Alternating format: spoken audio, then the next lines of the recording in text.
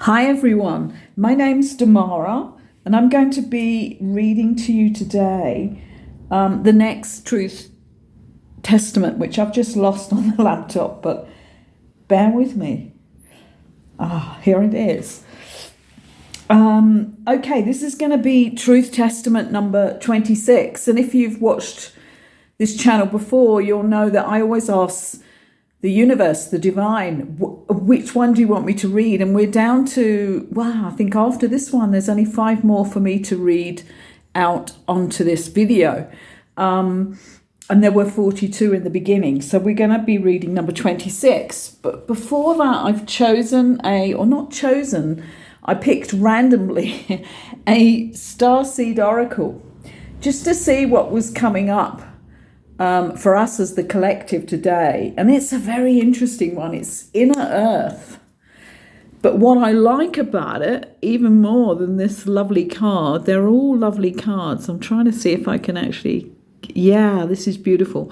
And they do in the book, because I've had a quick look at that, they do tell you about Agatha and, what they call myths, they say, about Inner Earth. But let's face it, none of us really know. There's not a lot on this earth that we really could say is 100% truth when you go into the myths and the stories, the old fables and all things like that. And I think we have to admit that. I certainly do, because I've experienced many things in my life that if I'd have told the normal people around me, maybe my family actually, because they still really think I'm the mad wild woman. But if I'd have told them the things that happened to me, they probably would have thought I was just crazy. And I mean, I do know people who were locked away. And I know in some cases, and I've spoken about this on the addiction video that I did, in some cases it was because they made the choice of trying to do the high-level stuff with the really low-level stuff, like anesthetizing with marijuana and alcohol, as well as trying to wake themselves up on a consciousness level, which really puts people into a lot of delusion. And I've seen that firsthand myself. But a lot of people, although I don't speak about some of my experiences very often, I've spoken about a few on here, but they are the tamer ones. I am going to include everything I've experienced as we go on the channel. But there are many people, I think, who've experienced what I've experienced. And these would truly be called magic by many normal people, by the main part of our collective, actually. And I don't know whether behind the scenes there are more people within the secret government operations who understand more than we know. I have been down that rabbit hole because I ran a 3.5-year expose radio show on Blog Talk many years ago now. But and I know that remote viewing is a real thing. There are a lot of things that are real things. I met somebody back in England, and I met them when I was going through a particularly crazy situation where I was in an amazing self-employed business, but it was involved with the local council because I rented a property off them in order to do this self-employed business. And what happened to me was there was a total siege, actually.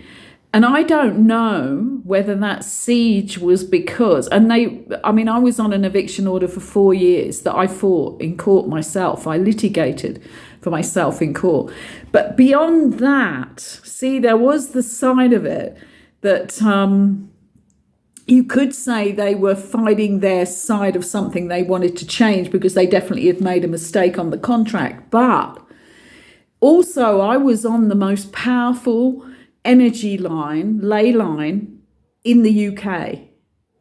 I was just slightly off the St. Michael line.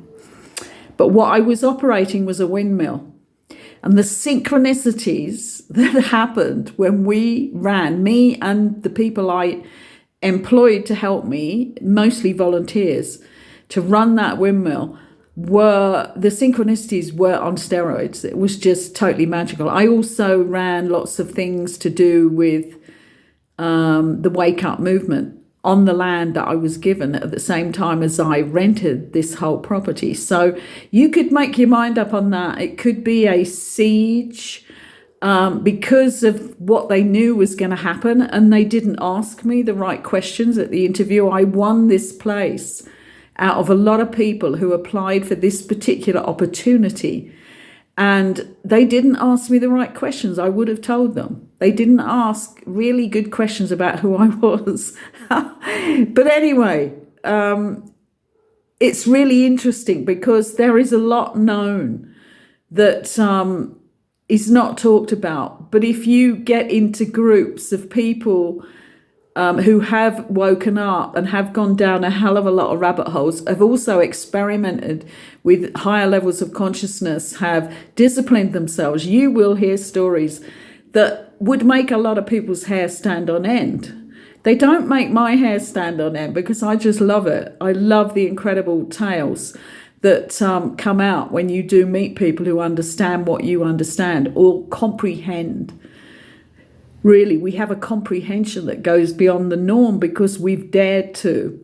So, Agartha, when they talk about the inner earth, is one of those things, isn't it? I mean, I've actually seen posts where people totally believe in Agartha and a whole total other population under the ground that are much more awake and aware of us. And I don't dismiss that 100%. I just have never felt the fascination to go down that particular rabbit hole. And now I'm just going to explain the word fascination. I just feel I need to do this because it's a fantastic part of our path and a real key. It's part of the key to what your blueprint is and what your path and mission are, because it gives you the signposts. That word fascination has a whole new meaning for me and always has for the last 30 or 40 decades.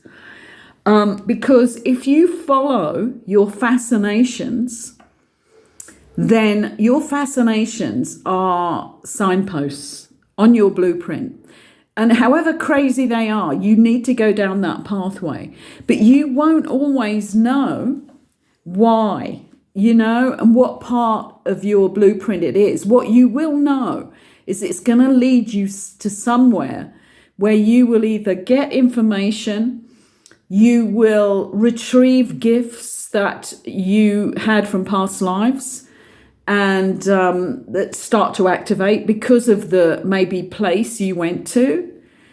Like one of my big fascinations was Egypt, and I got to go to Egypt, and there were crazy things that happened to me there that some people just don't believe, but they did happen. But I'd always had that in me since a child, the fascination with Egypt, which grew and grew, and then I went. And when I came back, I could not say to anybody what it was that had gone into place within me, but something really major had fallen into place. That's all I can say.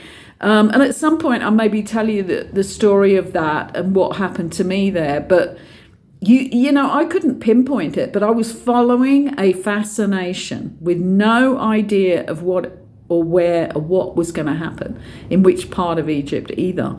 But so fascinations can be places. They can be areas of the same country you're in, but a place you really, really wanted to go and see. There can be something about history in that country you're in or a country you need to go to. It can be that you get a fascination with a certain, like something we do, a craft or an art form or something like that. And what you do is you follow that fascination, you book yourself on that course, and within the first week, you know that you met the person and they told you what you needed to know, and it was nothing to do with that art form and it was nothing to do with that course. And so you cancel the rest of the course. That's the sort of thing fascinations are. Because if you think about it, Every solitary person has their own unique fascinations. We're totally unique with our own blueprints. However much time we can travel with another person on that path, we are still unique on that path, even if we're traveling for many years on a joint path. So fascinations, one of the most important things. So think about what yours are and which ones you've never fulfilled, and that you've thought, oh, well, I don't know why I love that culture of the native Indians of America, or I don't know why I love the Peruvian culture, but I can't be bothered to go and find out why. Well, you're going to not be catching that link to your blueprint if you don't go and do it. And sometimes all it needs is that you go to the library and come out with 10 books on the Peruvian culture, and you sit and work through it, and then you realize that you've got real shamanic ideas inside of you that need to come out, and you can do that in the country you're in. You didn't even need to go to Peru, but what you did need is to go to the library. So let's carry on with the other part of this inner earth card, because it's really quite interesting for now.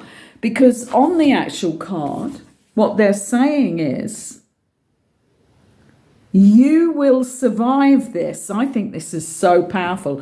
I mean, I pulled it for the human collective, not just for myself. New solutions and beginnings. And I think there's a lot of people out there who need to have that kind of hope. So it is, you'll survive this. So maybe start saying to yourself, if you have a lot of changes going on, I will survive this. There are a lot of solutions and new beginnings. And that's rather wonderful, isn't it? I'm just going to have a quick look at the little bit that they put on this starseed oracle card that's called the Inquiry.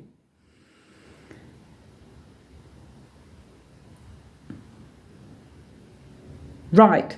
What can you do to shift your energy or your outlook?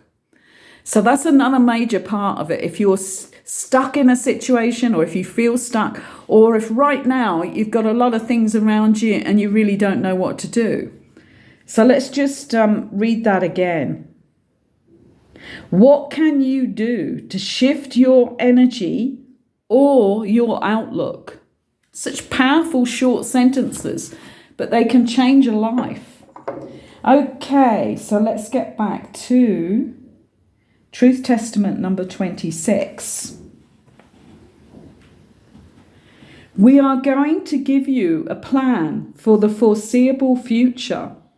This plan is one that can help anyone get to where they need to be with their own connection to Source. We would like to share with you many of the formulas that will work, and not be just a practice that is carried out every day with no suitable changes. Many of the practices that are being attempted are ones which can give you a normal response. What we mean here is that many of the techniques take you back to balance, which is good, but it is not where you need to be. So allow yourselves to be in balance, and then go further with the new techniques we are going to help you with. First technique, it is about when you breathe. This is what keeps you alive. So yes, you breathe, but you are not conscious that you breathe. This is the big difference. To do conscious breathing, you will need to give yourself a few minutes every morning and every evening. When this habit is built into your memory banks, you will not have to practice anymore. So when you take a breath, then let it be a conscious breath, conscious that you are a living entity.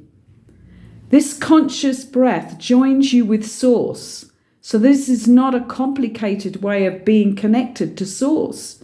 You do not need to complicate this. All you need to do is give yourself permission to count through 10 conscious breaths each morning and each evening. Within 10 days, you will have built a connection with conscious breathing, one that will remind you to consciously breathe more often. Do not count on this being the one and only way of connecting. There are more simple techniques which will give you connection. Another way of connecting is to give yourself time on your own. We do not mean time for when you allow your minds to go through the situations of the day or to stay perusing the future. We are talking about time when you can be alone with yourself. In order to attempt this technique, you will need to allow all thoughts to pass by and not shine the light of consciousness on them. This is a very simple technique, but not one that most of you find particularly easy to do. This is because you have been perusing your thoughts backwards and forwards all your lives. Now is the time to allow these thoughts to go, to pass on, and you are not attracted to them. In this way, you are building the power of your higher mind, your buddhi mind. Again, we would suggest that you allow a few minutes to do this, maybe 10 minutes morning and evening time. The third technique is to do with your emotions and your feelings, to be able to see the difference between a true feeling and a follow-on emotion. When your emotions are raised, you are mainly not able to connect with Source, with your higher connection. This is because it is a trail of energy which comes from allowing your own mediation with the feeling. So in order for unwanted emotions to rise, you must be able to stop the mediation with the feelings that you have. In order to do this, when you have a strong feeling, be aware of the feeling and also be very aware that you may have a running commentary on the feeling. If you do recognize and catch this commentary, then allow it to subside, just as you will be doing when spending time alone and allowing the thoughts to pass through with none of your attention on them. In this way, you can allow the feelings which are real and not be caught up by them or indeed judge them in commentary and mediation. This is not required. It is part of the system of the human being which has not been tuned to be at its highest. I'm just going to explain that a little bit more as well, because that is so important. Most people think their emotions are their feelings. And I remember a man, goodness, I don't know whether I can remember his name. This is so many decades ago. It was a tiny little book, but I did actually go to see this man speak in public as well. He was quite elderly then and he passed on quite shortly after. But he spoke about it as saying that emotions, if you think of the word emotion as energy running on the motion of feeling. So a feeling is just a feeling, okay? And it's okay, the feelings we have. And we acknowledge that feeling. But then what happens is there's all this energy running on that feeling, which is not the feeling and has nothing to do with you as the human being. It's just an out of control system. And that's how I learned so much about this and so much on this in my own life, and that it wasn't really fun to have to be this really emotional person. I can remember in my, it would have been my 20s and 30s, I think. I remember thinking that it was really cool that I was this really emotional person. And afterwards, and it was like probably in the middle of that, probably 36, 37, that I learned, oh my goodness, this is so much better when I'm not. And that I acknowledge the feeling. So I learned it through a similar way, really, but looking at the word, energy running on a feeling, emotion, energy in motion, running on a feeling. That was the words that this guy wrote in his little book, actually. So energy in motion, running on a feeling, not the feeling at all. The emotion is not the feeling. You feel, and then you can choose what you do with that feeling after you've acknowledged it. You can leave it alone. You can just let it be. And it's so exciting when you do, because you do not have these erratic responses. I thank God for this guy. If by the end of this, reading the rest of this, I remember his name, I will tell you, because his books are still probably out there. Okay, so let's go back to this. So this is really important. This third technique, oh my God. This third technique is to do with your emotions and your feelings. So remember this one. In this way, you can allow the feelings which are real and not be caught up by them, or indeed judge them in commentary and mediation. And the mediation is when we start tossing all the conversations around in our mind, isn't it, about them. Okay, this is not required. It is part of the system of the human being, which has not been tuned to be at its highest. And the reason it's not been tuned is because we're never taught this. Okay, so we'll go on to the next paragraph now. You may feel that we are downgrading your need to think. On the one hand, it is true, and on the other, it is not. Because when you really need to use your ability to work things out, this will obviously still be required. What is not required is that you are thinking when you need to be awake and alert to your situation or to the deep intuitive feelings that you have.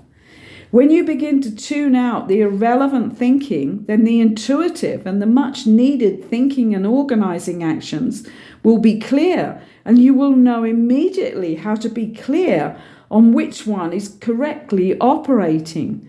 Indeed, you will be operating in a higher caliber of human ability. We are seeing that some of you are already able to do this much more of the time. But what will be required is that it becomes automatic and that you do not need downtime, which is not really downtime, but is unconscious behavior. So we are addressing conscious and unconscious, which are not subtle differences. The ability to stay conscious is the aim, the goal. There are no other goals which will be more important at this time and moving further into, as you call it, the future. We would say that the future does not exist, but it is not appropriate for us to go further down this rabbit hole in this moment. We will guide you to the doorway of this rabbit hole, and like Alice, we will invite you to step over the threshold into many other dimensions of interest. But not now, for we are bringing to an end this session so that you can all align yourselves with what is required to begin your more conscious journey through to the end of this stage of your evolution as human beings. We wish you well with your new practices and your new alignment with Source. I think this one for a lot of people is a good one to replay those three techniques because they're all really simple and they're all free and you can do them anywhere, anytime. I just love that. You know, this isn't about having to go to some expensive practitioner, is it? This is about what's inside your own human technology. And a book which I am in the process of writing. I have written the first part of this book, but I haven't had time to get back to it. But it will be called Human Technology. So remember to replay it so that you really get hold of especially that third one. A lot of people will have trouble with getting that because they've lived such either blocked emotional lives or and don't feel their feelings either, or they've lived very over-emotional lives and still are living them. But it's the most important, I think, out of the three. The first two are really easy, really, really easy. Just do them and you'll see the benefits within a very short period of time. But the third one, you probably need to understand before you're even going to attempt it. So that's the one to replay. Thank you for listening and thank you for allowing me to share this space with you in your day. And also thank you for the subscriptions and for people liking the videos. That's really important so that we can get all of these videos out to many, many more people, because we're then being picked up by the algorithm, the other sort of technology. Okay, so have a great day. Thank you.